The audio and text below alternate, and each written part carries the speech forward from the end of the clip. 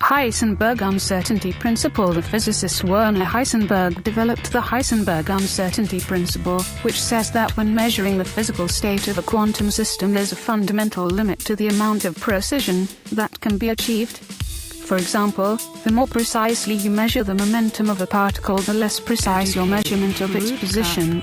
Again, in Heisenberg's interpretation, this wasn't just a measurement error or technological limitation, but an actual physical limit. The more precisely you measure the momentum of a particle, the less precise your measurement of its position. This statement is not logical. It is an illusion. As one becomes more aware, one becomes more aware. That is logical. As one measures the momentum of a particle more precisely, the more precise your measurement of the particle's position becomes. That is logical. Heisenberg's interpretation, this wasn't just a measurement error or technological limitation, but an actual physical limit. Actual physical limit is not logical. Is there a limit to how high one can count? No. That is logical. Is infinite possible? Yes.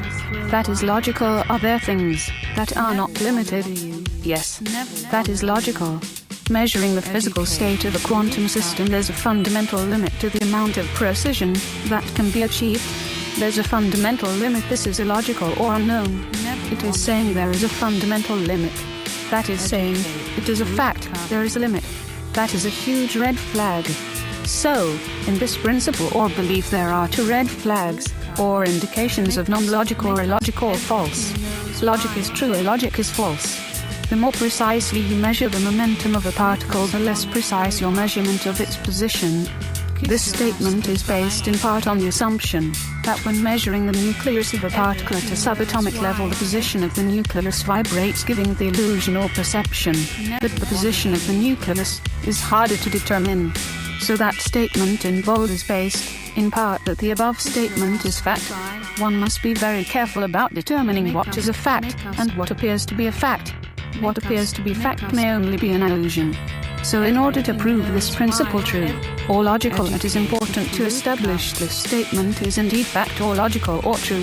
When measuring the momentum of the nucleus of a particle at a subatomic level, the position of the nucleus vibrates, giving the illusion or perception that the position of the nucleus is difficult to determine. I am not going to go further into this Heisenberg uncertainty principle, because one red flag is already apparent to me in this principle. I am logically satisfied this principle is not logical or unknown. Perhaps this post will give you something to discuss, and in time you may progress as a result of a discussion. I have tried to dumb this post down as much as possible, but I'm aware of the complexity of this field or topic, and I'm aware some just may not get the spirit of this post. The end result has already been determined. Extinction is the end result. Since the end result is extinction, nothing one does matters. Karma does not matter, the end result is still extinction. What one does in life does not matter, because the end result is still extinction. Helping yourself or helping others does not matter, the end result is still extinction. Impermanence is one of the essential doctrines, or 3 marks of existence in Buddhism.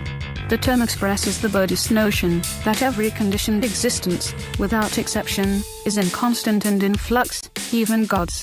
According to the impermanence doctrine, human life embodies this flux in the aging process, the cycle of birth and rebirth, samsara, and in any experience of loss.